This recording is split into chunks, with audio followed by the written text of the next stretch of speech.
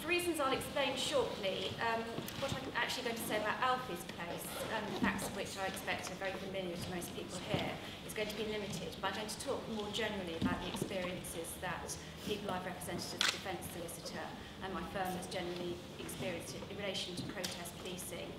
I'm going to start actually with a personal experience. As a student myself, I was involved in a demonstration against Rupert Murdoch, who at that time was breaking the unions at Wapping. I was in a situation where I was charged at personally by a police force and was very, very near to sustaining serious injury myself. Fortunately, at that time I wasn't in a kettle. The outcome might have been quite different if I had been. In relation to Alfie's case, as everyone knows, he sustained brain injury having been struck on the head with a baton by a Metropolitan Police officer at the protest about tuition fees on the 9th of December 2010. That assault is subject to the investigation by the Independent Police Complaints Commission, the IPCC. The IPCC are also examining the decision-making process by the Metropolitan Police Service, which led to Alfie and other young people being placed at risk of significant harm. It's anticipated that the IPCC investigation will conclude in the next month or so. On the 26th of April 2010, the Metropolitan Police charged Alfie with violent disorder. He will appear for the first time at City of Westminster Magistrates Court tomorrow. Alfie strongly denies the charge and will be pleading not guilty. Mindful of the need to ensure that the complaint and criminal investigations are not prejudiced, it's not appropriate for Alfie or Christian Khan as his representatives to make any further comment at this time. However, I will talk briefly, more generally, about the work that we've been doing in relation to protesters.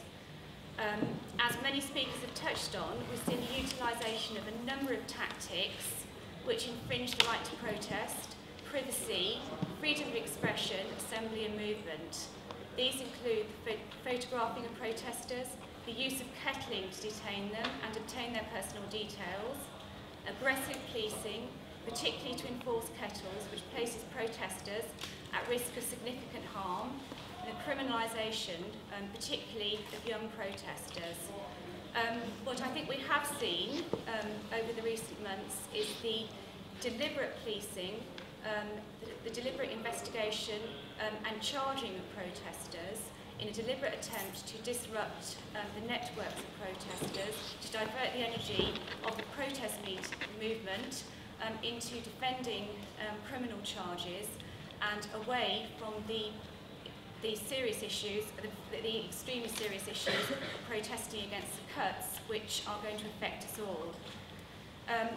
In all of these acts, have a chilling effect on the participation in the democratic process and fly in the face of the role of the police to facilitate rather than impede the activities of democratic protesters.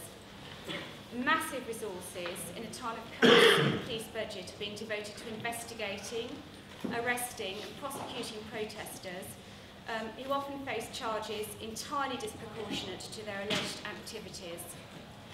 A worrying development is the preemptive arrests in the context of the royal wedding. The public interest test, which is supposed to be carefully considered and applied before any individual prosecution, appears to be being either weakly applied or overlooked in some cases. Once individuals are arrested, as I've said, their energies are inevitably diverted from their original plans to protest and fight the cuts into defending themselves, which is why I have nothing but admiration for Alfie and the other defendants who are able to continue to campaign for the right to protest, as well as dealing with the difficult and stressful experience of facing prosecution. As a defence solicitor, I don't want to sort of underestimate the effect that criminal investigations can have on people's lives, as well as the sometimes frightening experience, particularly for the young and vulnerable, of being detained in police custody. Protesters face a disproportionate disruption to their lives compared with other people being prosecuted by the police. The prosecutions of protesters are characterised by long periods of investigation, uncertainty, sometimes the experience of photographs being published in the Evening Standard.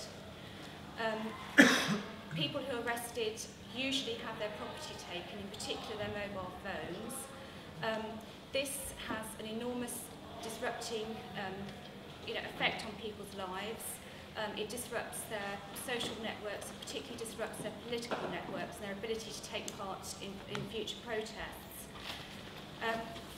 I will end really with a quote from Lord Hope in the Kettling case of Austin.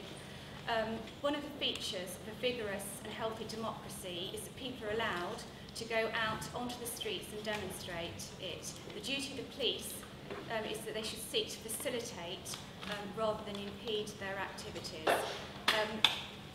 Congratulations to everybody that's come to this meeting this evening. These issues are extremely important to us all.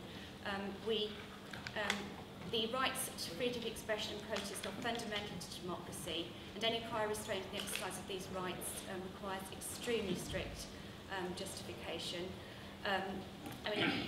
I and other lawyers are doing our best to protect people's rights through the police process and in the courts.